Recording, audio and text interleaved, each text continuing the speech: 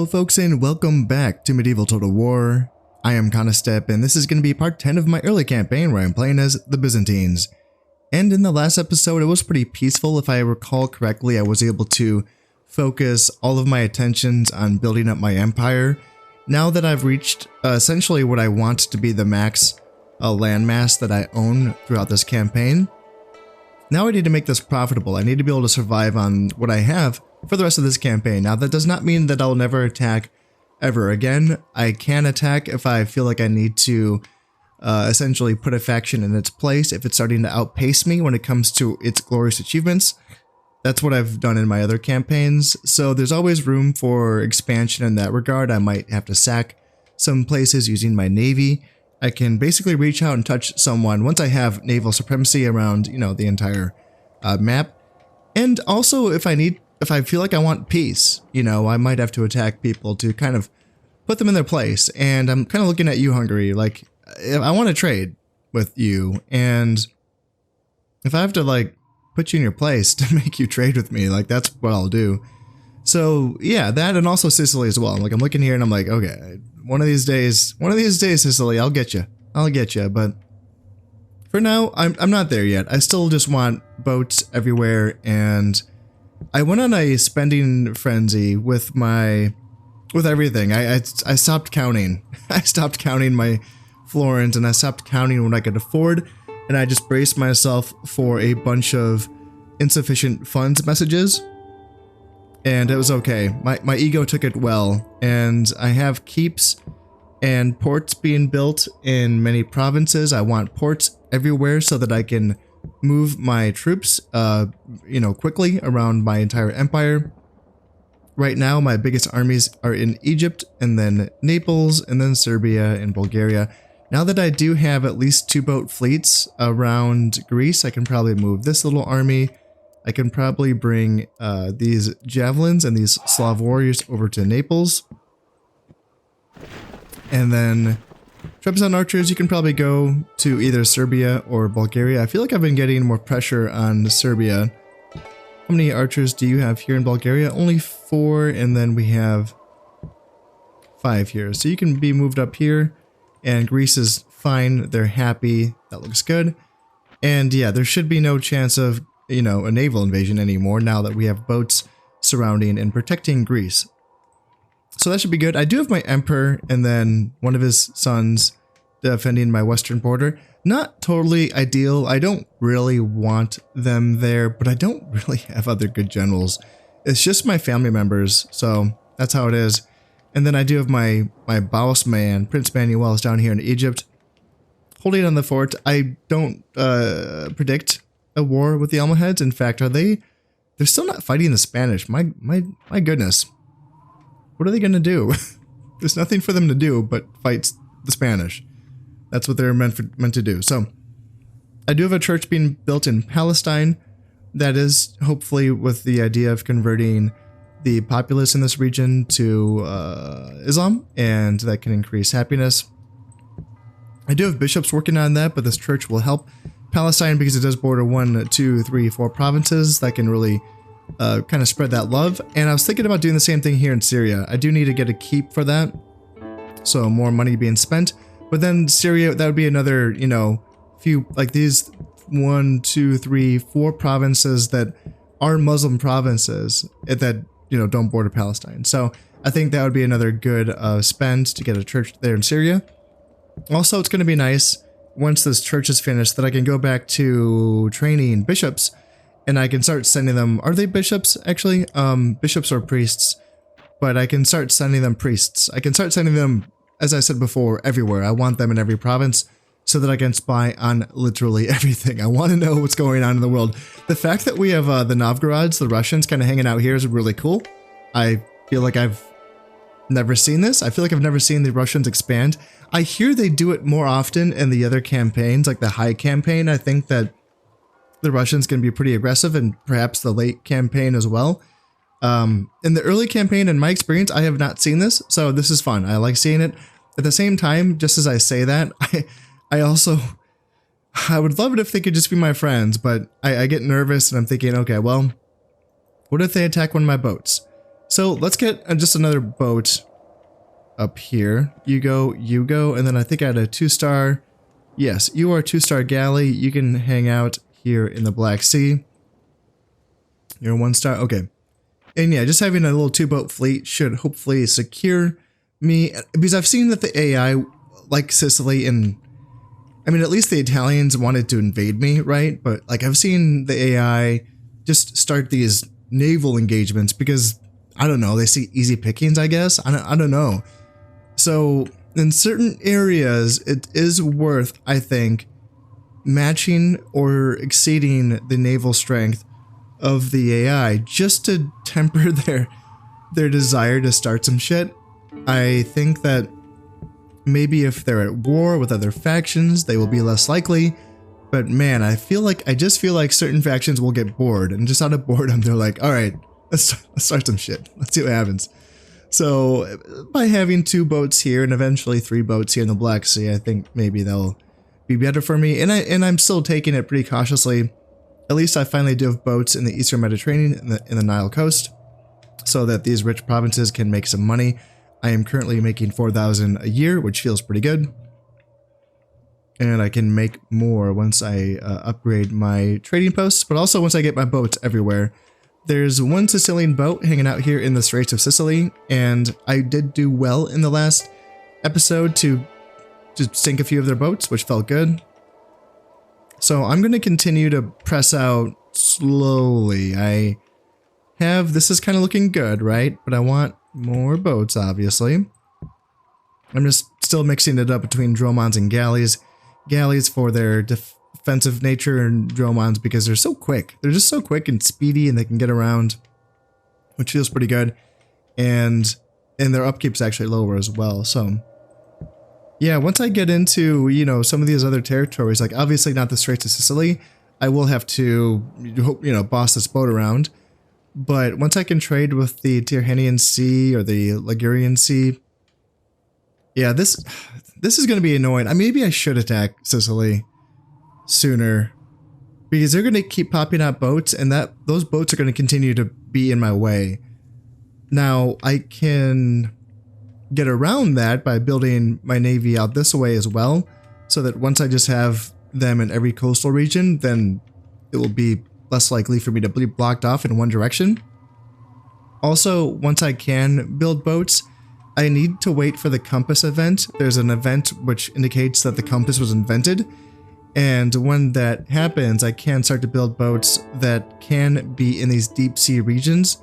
And these deep sea regions are regions that do not border any land masses. So the central Mediterranean, do not be fooled. Malta's not here, it's here in the Malta Channel.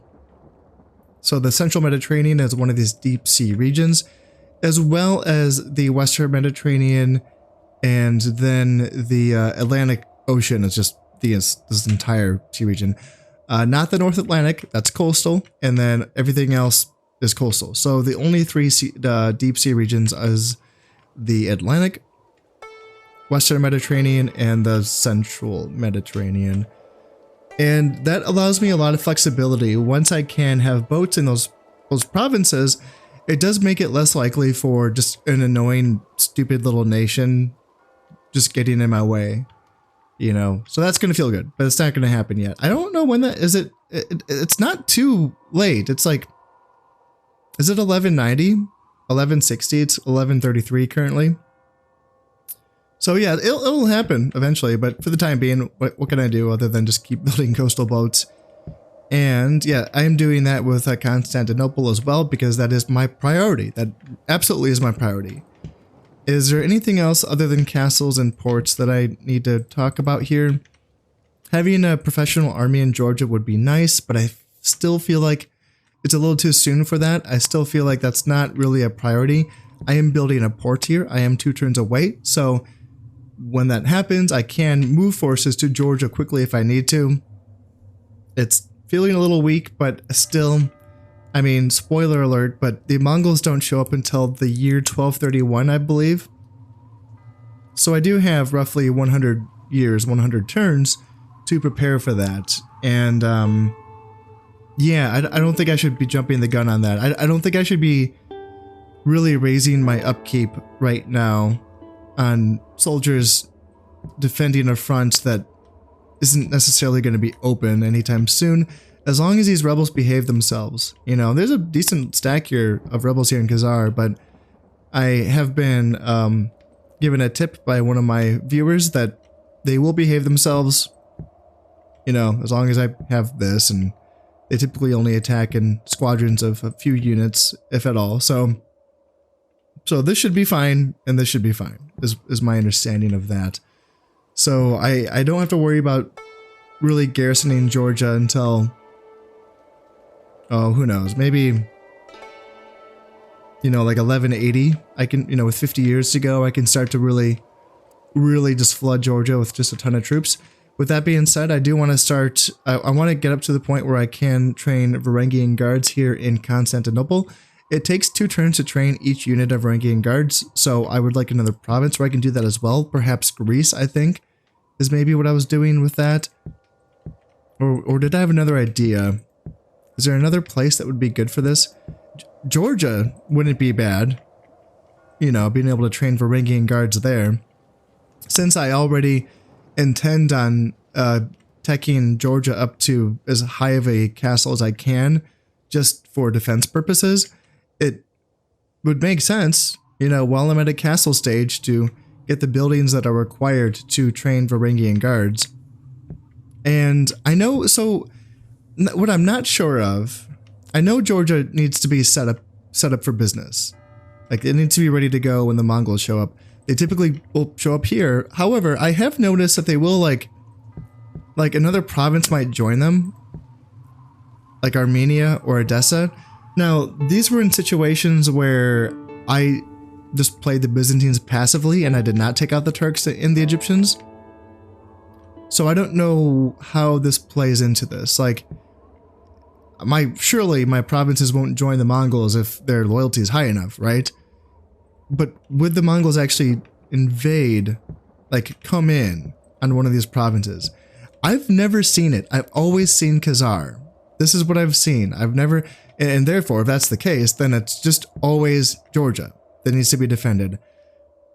Let me know if this is otherwise. I would like to be prepared for this. Or if you do know and you don't want me to know and you don't want me to be prepared, and you just want to watch me burn, fine, screw you. But I want to be prepared. This is YouTube, okay? This is real life. I need to get ready for this. So I did practice this campaign, but yeah, as I said, I didn't take these territories. I kind of left it up to the Muslim factions. I was hoping they would defend me from the Mongols. But yeah, the Mongols, it was just up here, and then I was just defending the Muslim factions. I was like, oh, this isn't what I meant. But, whatever. In any case, is there anything else? I think, yeah, I'm just building ports on my western border, or my, sorry, not ports. My keeps I'm building here on my western frontier, so just so I can have better defenses out here. I am expecting Western Crusades at some point to come this way. So hopefully I'm ready for it when it happens. Other than getting Varangian guards here in Constantinople, I do want to get my cavalry going here in Nicaea.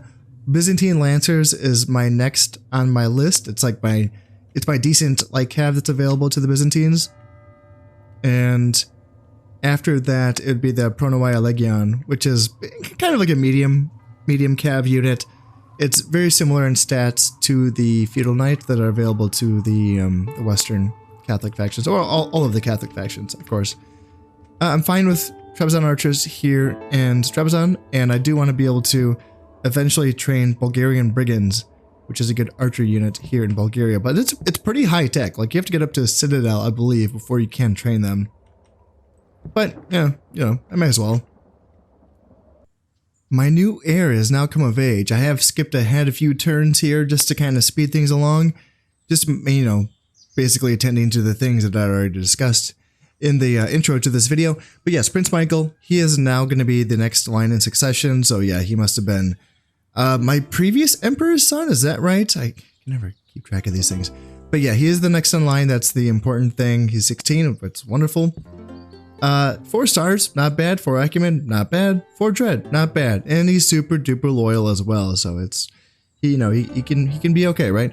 Natural leader, that's always good. +2 morale, +1 loyalty, secret perversion. So he will be losing piety once that's discovered, but that's already kind of not really a thing. So I don't think piety is not really a thing too much with the Byzantines, right? Because like that only really coincides with provinces being super zealous, and my provinces aren't zealous to begin with, and we don't have any way of raising zeal, correct?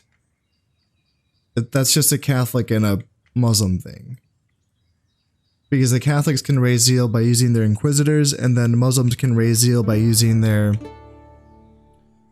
second tier religious agents, not their first tier, but their imams or their alims. I can always forget which ones are the second tier, but they can raise zeal with those. But as far as I know, the Byzantines cannot raise zeal. So piety is not really an issue. Therefore, this guy's solid, right?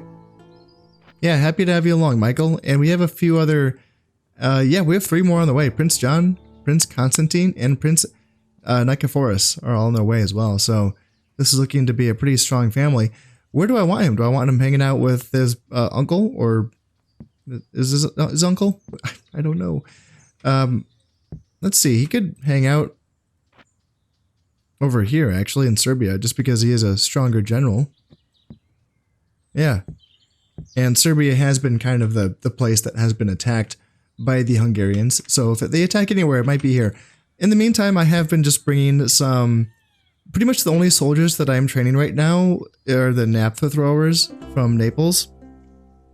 Just so I can get some grenades in my armies, you know, in case I need to break apart some mass infantry formations from the Hungarians or whoever comes my way. So I'm making sure that I have some naphtha throwers in my frontier provinces. Other than that, I'm pretty quiet on my whole recruiting front. They're cheap. You know, they are, let me show you. Let me show you the right way. Yeah, so they're 150 florins to train, and then 7 florins at support costs, you know, which is really nice. So, yeah, I like having these guys along. You can come over here, I believe. I don't think I have... Yeah, I have too many... I would say I have too many javelins over here. I only need 4. 4 is probably, let's see, 1, 2, 3, 4. Yeah, that's fine. I can bring these 3 javelins down here to Egypt. Now that I have my ports built in most places, I can just do that. That feels wonderful. I like being able to transport my soldiers. And make sure I have that my naphtha throwers here. Yeah, that looks good. Other than that, I am building up. I did remember. I always remember this late. Like, oh yeah, I need to build siege equipment at some point. So I will be doing that in Anatolia. So I am building a town watch for now. That also serves double purpose. I think that this is something that I'm probably going to focus more on in my campaigns, is building town watches in more places. They're so cheap and they do give a happiness bonus. The fact that my Anatolian provinces are kind of on the edge. Like I am taxing them like crazy. But the fact that they're not like super duper happy with me is kind of concerning, because these are my quote unquote core provinces. And then my newly conquered provinces are kind of doing okay. All things considered. Just interesting. I don't know why they're overall happier than my Anatolian provinces, but that's how it goes. So I am tempted to build a few more town watches in these provinces just to kind of, you know, give them a little boost. They're cheap, as I was saying. But I will be getting siege equipment going here in Anatolia. Oh yeah, I can do that here in Naples as well. That's right, because I built a siege engineer so that I can train naphtha throwers. Duh, yes. So that's fine. I can have 2 provinces that can build siege equipment. That's fine. And I will be getting agents, or more specifically assassins and spies, going in Lesser Armenia. I will also be doing that here in Syria as well. Syria has a funny thing where it actually does give a valor bonus to assassins that are trained here, but it does not say that anywhere. You just have to know that because of knowing that. You have to kind of, you know, read the forums and see for yourself. So I will be getting some pretty beefy assassins trained up here in Syria, which is going to be pretty dope at some point. Spies take a while. Spies, you need a castle. Yeah. It's kind of a long journey to get spies, and I definitely want them. You know, for people that again are familiar with my channel, they know how much I want spies. I put a spy in every single one of my own provinces to maintain loyalty. Like, messing around with loyalty is not something I like. It's not like, you know, I go overboard. I have the 2 units of peasants in every single castle. You know, I will eventually get spies everywhere. I want churches, you know, going. So yeah, my church finished in Palestine, and eventually I'll be getting a church here in Syria as well. Maybe I should even just get a church up here in Anatolia, you know, which is kind of funny because these are Orthodox provinces, but down here are the provinces that have churches. So it's like, yeah, you know, like these people want places of worship as well. That's probably why they're pissed at me. They're like, come on, we're actually Orthodox. Give us a church. So maybe I will do that at some point in one of these places. But yeah, getting spies going is going to be, you know, I want that as soon as I can, for sure. Just offensively, like not even used offensively. It can be fun to use spies offensively to try to lower the loyalty in other provinces belonging to other factions. That can be fun. It's not as easy to do in this game as it was in Shogun. In Shogun, the effects were cumulative, so that you could just stack a million spies and you could just tank the loyalty of a province immediately and cause just instant rebellions. It's super fun to do. A little bit overpowered, but there is some give to take. There is some give and take to it, because if you spawn too many rebellions, the whatever faction you're doing this to can just have these uber generals just get really, really good at killing rebels, and they just become amazing generals. And then they get these troopers as well. They get this really good honor, really good experience from this as well. So they're just this hardened core veterans and generals that you end up having to take on, and it's kind of your fault, right? So there's this kind of funny give and take to it. In medieval Total War, it's a much more nuanced affair to try to cause dissent in other factions. It's something that I really did spend a lot of energy on in my Aragon campaign, using inquisitors and spies to do this, and even assassins as well. So it's definitely, you know, it's an option for sure, but it's definitely it's kind of a long. It takes more of an effort. You have to do a lot. Spies can actually spy on enemy generals to reveal certain traits and vices and such. And at first I didn't really know what that would do. Like, I understood that it could lead to more vices. Essentially, when a general knows he's being spied on, he can get really paranoid, and he can get really like vindictive with just killing a lot of people because he thinks they're spying on him, and he'll just assume anyone's a spy, right? And that can lead to some pretty, I can't remember exactly what they do, but they're bad vices. That's like minus happiness for the provinces that he governs or whatever. But then I realized that there's other ways to use spies, right? For instance, these generals can have these hidden traits, and sometimes they will say like a secret perversion or a secret blackmailer. And when it happens to my own generals, I just think, okay, well, once that becomes revealed, then the actual effects of that will become a realized thing. But then I realized, oh, that's how you can use that, right? Is, you know, a secret blackmailer. Well, once they are discovered to be an actual blackmailer, that removes loyalty. So duh, use a spy. Use a spy on generals and see if they can reveal these secrets, these secret vices that end up actually being really bad for them. And you can kind of cause a civil war that way. There's a lot of fun stuff you can do. You can really play around with it. I don't know if this is the campaign where I'm going to be diving into that, but maybe I will. Maybe I will. Who knows? We'll see. For the time being, I'm kind of sticking to my guns here and just focusing on boats. Yeah, this is the boats part of the campaign. Next man up, Prince John. He has come of age. I'll check him out in a moment here. I did get some farmland going here in Rome just because the farm income is pretty good here. So I just want to increase my economy in any way that I can. Keep us finished here in Nicaea, so now that I can finally start getting the buildings that I need to train Byzantine Lancers. And yeah, I'm just building my defensive upgrades for my keep here in Bulgaria. Town Watch is finished in Anatolia, so now I can build a boyar there, and that's going to allow me to build a siege engineer at some point. Prince John, what do you got? So Chinless Wonder. Okay, that's never a good sign. -1 acumen and -1 command. And that's just probably going to get worse. So that's great. But hey, Killer Instinct, +2 Valor and +1 Dread. So he's going to be pretty dumb, but hopefully he can be pretty good at killing stuff. And it starts off as a 3-star general, so that is capable. And then Emperor Andronicus I, he's now a magnificent builder, +2 loyalty to all generals and +1 happiness. Always good stuff. And Prince Manuel, like I don't even know how is he collecting the builder traits. I don't get it. I've never understood this. I've seen this happen with people that aren't governors or the emperor.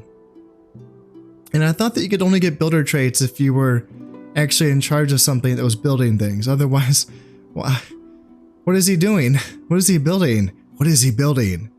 Is it a monument? Come on, is it a monument to himself because he's magnificent? I guess we'll find out. This poor bastard, often drunk. Oh well, he's just hanging out in a fort in Sinai, so can't really blame him. I had sent my emissary to try to...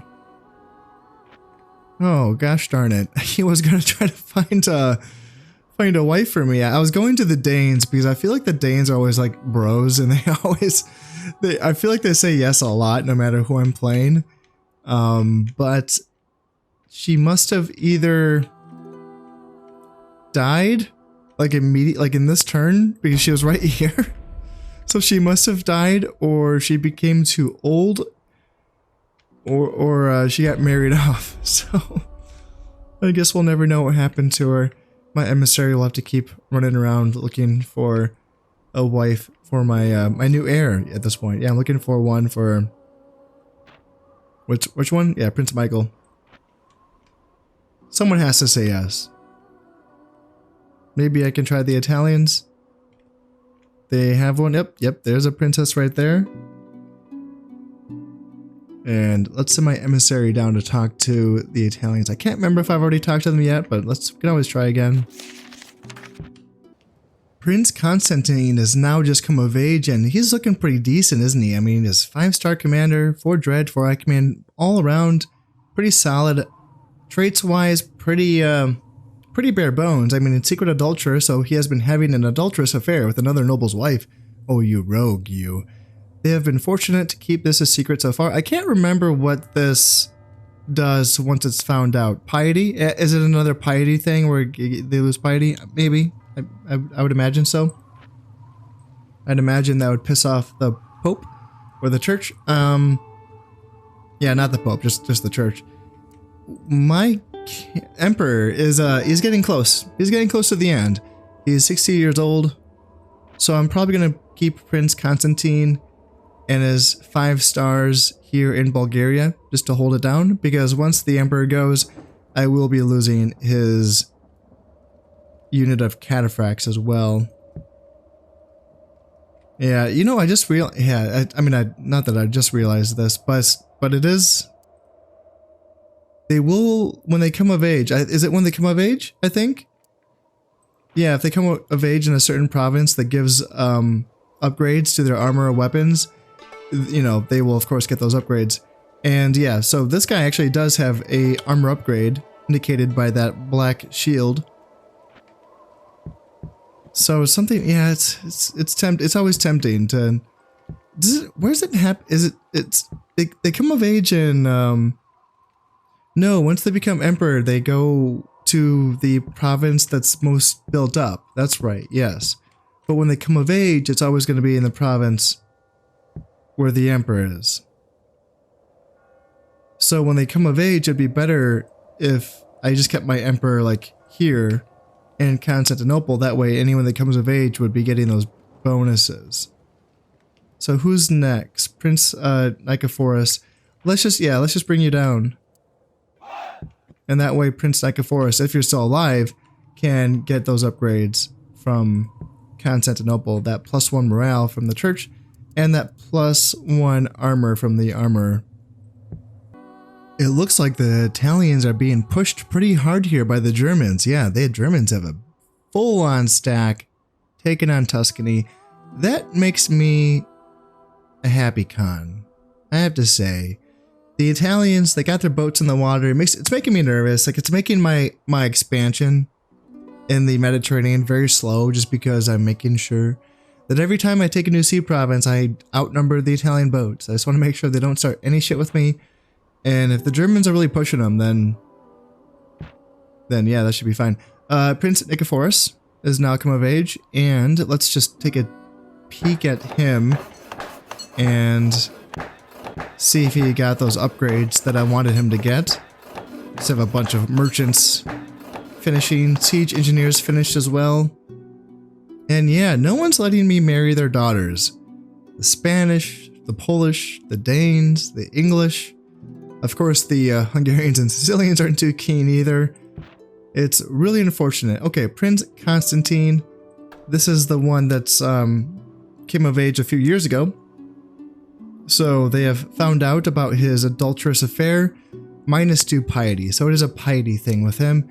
And Prince Nicephorus, secret blackmailer, so he will be losing some loyalty once that's discovered.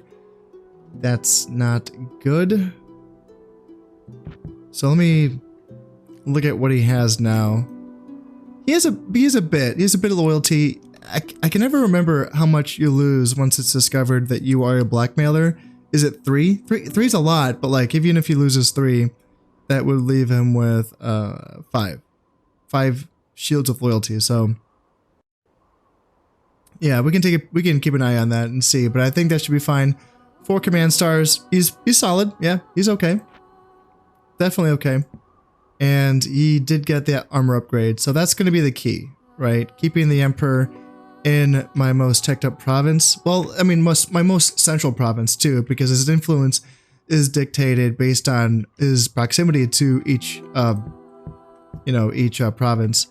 So you do want him sort of centralized, and I think that just happens to be Constantinople, right? So once I get better armor upgrades going here, better, like the armorer's workshop, which I'm pretty sure I need this building to train for Varangian guards anyway, so I will be getting that.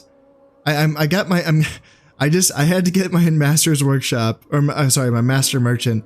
This is the final tier building of the merchant building, and I just had to. I want the money. And once that's built, then I can start focusing on getting soldiers trained up here in Constantinople. I've just been so greedy. I'm like, I want boats, I want money. That's what I want right now. So, all right, where do I want this guy? Where do I want Prince Nicephorus hanging out? Well, I mean, I have 2 cataphracts in Bulgaria. I have 2 cataphracts in Serbia. It's kind of tempting him to send him out to Georgia just to have someone out there, but I don't think he's the right choice for that. Quite frankly, if he's going to be losing a bit of loyalty, it's going to be fine. Even if you lose, yeah, let's just bring him out there. His loyalty will be just fine. And yeah, let's just get some soldiers out here, some professional soldiers. Just trickle them in. It's not an emergency. Nothing's happening yet. But when we get a chance, let's just kind of focus on Georgia when we can. I finally have some boats here in the Ligurian Sea, and that's given me, yeah, I'm making 7,000 now per turn, which feels good. That's a nice little step, nice little boost. And I want to keep these 3-star boats here in Sicily. I think, see, they have not built another boat here for a while, and I think it's just because their upkeep is too high. They must be broke. And that's the funny thing that happens when you get these factions that are kind of stuck on one province, but they keep on having family members come of age. And these family members are not free. You have to pay upkeep on them. They're paying 62 florins per royal knight.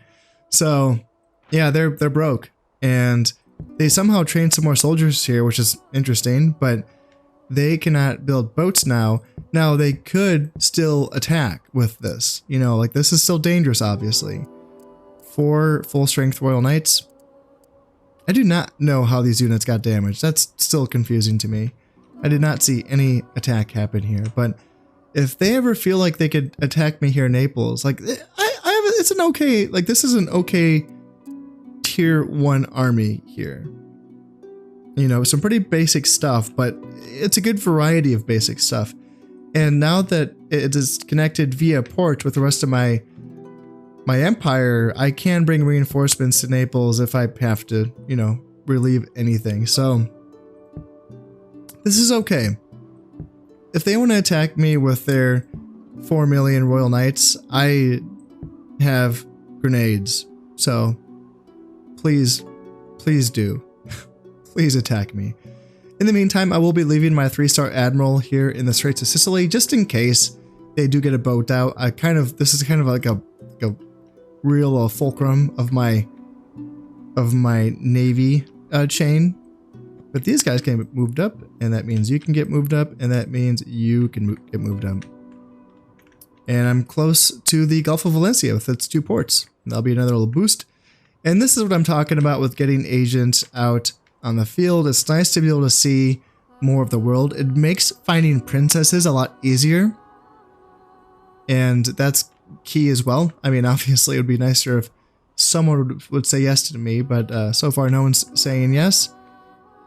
And I just saw a French princess too. So like let's see if I can find her. We all knew it was going to come at some point. A new crusade has been declared, this one by the French, and it is marching on Antioch. So yeah, it's going to be time to go full on with the troop production. Yeah, it's time to get back on it. So yeah, we will see. I mean, I don't know. I think they're at war with the English, so they're not like completely free of responsibilities. Prince Nicephorus, blackmailer. Yeah, -3 loyalty. It's a big hit, but as we saw before, that should be leaving him with 5 bits of loyalty, which is fine. So let's just double check that and make sure that he is good. Prince Nicephorus, 5 loyalty, that's okay. This man's loyalty to the country is what one would expect of a commander of your forces. Yeah, that is fine. So, do we have vision on the French, whatchamacallit, or no, we do not. Too bad. I was just gonna look. I was just looking for that French princess too, and it's like, they're probably not gonna ally with me now. It's also too bad because yeah, we're at war, which means I can't trade with them, which is unfortunate. Are they? Who else are they? Yeah, so they are fighting the English. Now, there is some things about this that's interesting. This can be a good opportunity for me in a way. In fact, I believe that I just saw the French king. He was just here in Brittany, so I want to see if I can find him again. But once a crusade fails, that king loses influence. I don't know how much. Is it just one pip of influence? That doesn't seem like enough, but it can be big, you know. Losing influence means that your generals lose loyalty, and that can be the cause of a civil war. So, you know, it's sort of like an indirect thing, right? By causing them to lose their crusade, you can kind of indirectly force them to, you know, have a civil war. Now, also, if they just get here and they decide, ooh, I don't want to attack that, then they'll just hang out on the borders of my empire and they will wither away until their crusade, just eventually, all the people will leave at some point. They'll just get bored and leave if the crusade does not make any progress. Now, that can take a very long time depending on the size of the crusade. And if I build up enough forces to where that crusade actually does think that they cannot make any progress, then I may as well just attack. I mean, I should be attacking Hungary at some point anyway, just to kind of subdue them. But that would be kind of an interesting battle at some point in the future, where, for instance, if they stopped in Hungary, this French crusade, and they decide that both Bulgaria and Serbia by that point are just too well fortified to make any progress,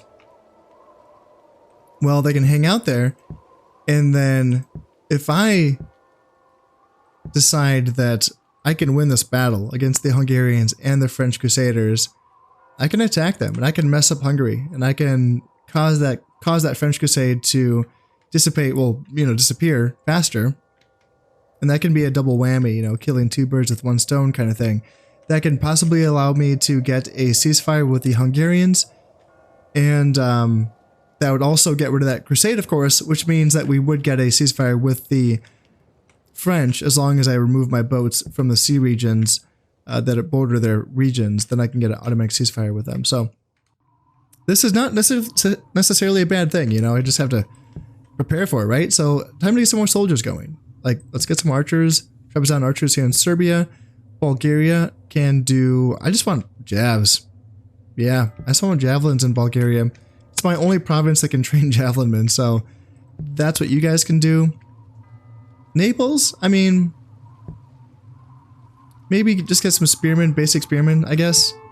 I do already have a couple of naphtha throwers in each province. I probably don't need more than two. Two's probably fine. And Constantinople, should I start going back to Byzantine infantry? Yes, I think I should. I think I should. Actually, let's just queue everything up. Do that. Do that. I have the money for it, so let's go. Trebizond archers and I don't know, spears. Should I? Airborne militia. Should I? Airborne militia are so weak, but the bonus versus armor can be useful, so let's do them instead. Nicaea, gosh, I feel like they're so close to being able to. It's just, am I just a couple more turns away from being able to train Byzantine lancers? Well, in the meantime, let's get a couple more spearmen going here in Nicaea. Armenia, I know that they can train horse archers, so let's go with that. And I think, let's see, Trebizond archers, yeah, you can do that, of course. And I know I can get urban militia here in Tripoli. That doesn't, I don't know if that's really, gosh, the same thing, like horse archers and urban militia, like, I may as well, like, why, let's just not screw around, right? There's a crusade coming my way. Let's take this seriously. Let's spend the money and let's just get ready for it, because how long is it going to take? Probably not that long, you know? Like, where is it, actually? Do I have any vision at all on any of their shit? Like, yeah, Normandy does not have the chapter house. That is another thing that I could do, is if I knew, if I had naval supremacy, like, all over everything, and if I knew exactly what province was spawning this crusade, you know, for instance, if I had priests in all of the French territory, I would know where this crusade was coming from, exactly what province it was. And then if I felt like I could do it, I could launch an attack, a naval attack, of course. And even if it is an inland province, like obviously it'd be a lot easier if it was a coastal province, but even if it was an inland province, I could just kind of cut through their territories and sack that province, destroy that chapter house, and that would just automatically make that crusade fail. It would go away just like that. And that would expedite or expedite how, you know, how quickly you can make that French king lose influence. So that's an option for the future. Probably not for this one. For this one, I'm probably going to be just kind of holding the borders. I am making 5,000 a turn. Why did that go down? It was more. And it's not taking into account the troops that I just... Oh yes, there's a Sicilian boat. Okay, well, you gonna die. Yeah, 0 stars, galley. I have my 2 stars. Damn, I moved my boats. I moved the wrong boats. It should have been you guys. Damn. Okay, well, 2 stars should still beat a 0 star, and I have 2 versus 1. So let's just get you. Let's get rid of that boat so I can start making money again. Yeah, I was making 7 grand, and that's what I want. So with that kind of income, I'm sitting on 31,000 in my treasury right now, so that's also good. And I should be prepared for this. Already my armies on my borders are looking okay. I could use some better cavalry. But the fact that I have 2 units of cataphracts in each of these provinces is a good start. I have solid generals. I will soon be able to train Byzantine lancers from Nicaea, which is it's a solid step. It would be the first unit of actual like solid light cav that I have. Horse archers do the trick, sure, but they're not, you know, really melee focused. Byzantine Lancers, they're not, and don't get me wrong, they're not the best light cav in the game. I just did a stat comparison on this, so I should actually know this. But they are solid-ish. Yeah, Byzantine Lancers can definitely do the trick. And I should be... How long is it going to take before I can get the Pronoia Legion here in Nicaea? I think that is a tier 3 unit, basically, so I think I do need to get a castle. But just having some Lancers to go would be a good step in the right direction. Well, I am very, very tempted to press enter one more time just to see what's going to happen. I have reached the end of my recording time allotment for tonight. I feel like some of my episodes lately have been going a little bit long, and I do not want that to happen again if I can avoid that. So that is all going to be it for this episode. As always, I hope you've enjoyed this one, and thank you very much for watching. This has been Conistet playing Medieval Total War. Thank you very much, and goodbye.